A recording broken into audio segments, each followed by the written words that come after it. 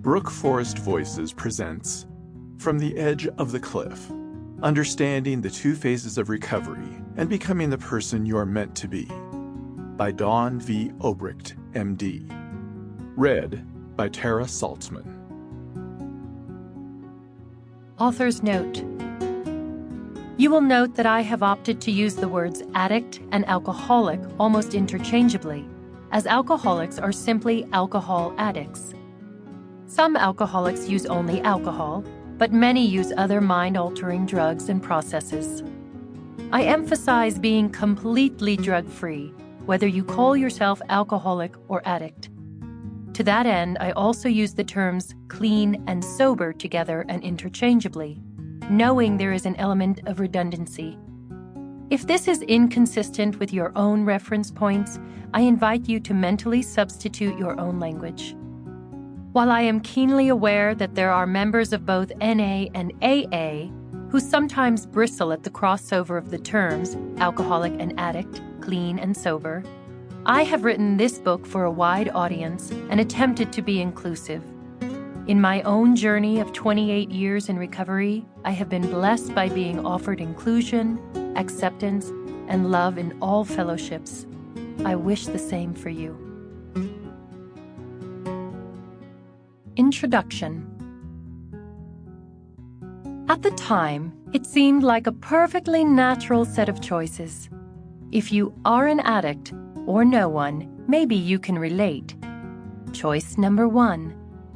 Get up early on a crisp autumn Colorado morning, climb in the car with my 2 girls, ages 6 and 3, take a little drive up that steep rocky mountain road near our home. Then, find one of those spots among the hairpin turns with the gorgeous views, and after making sure none of us is wearing a seatbelt or secured in a car seat, drive the car full speed off the 1,000-foot cliff. That would finally put an end to the anger, pain, and anxiety that all the alcohol and drugs that I could consume just couldn't cover up anymore. And it would ease my conscience knowing that I would not be leaving my daughters Bree and Kara behind. Choice number 2. Sign up for a 5-day medical education conference in Denver to gain the continuing ed credits to maintain my hospital staff privileges.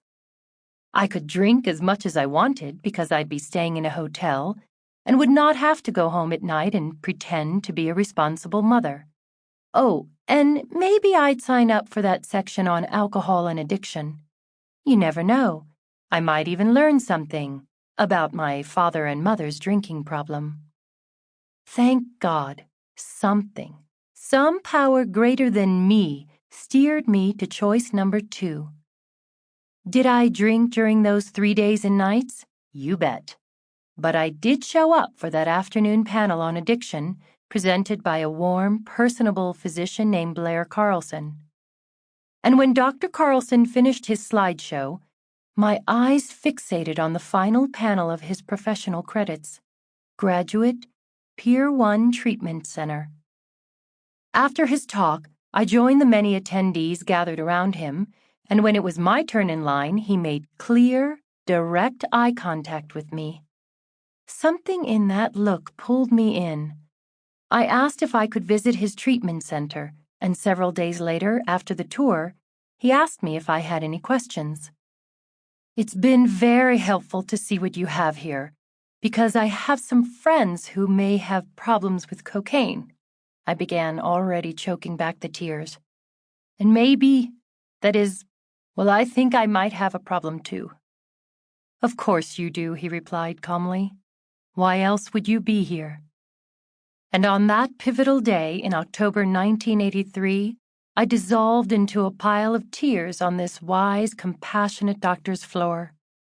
I spilled more details of my story, the terror and shame of growing up in a verbally abusive, alcoholic home, my own out-of-control addicted life, my 2 suicide attempts, reaching for my stash of cocaine in the kitchen microwave while watching my 2 little girls. I wish I could say I went home that very night and threw out all my alcohol, cocaine, and Sample complete. Ready to continue?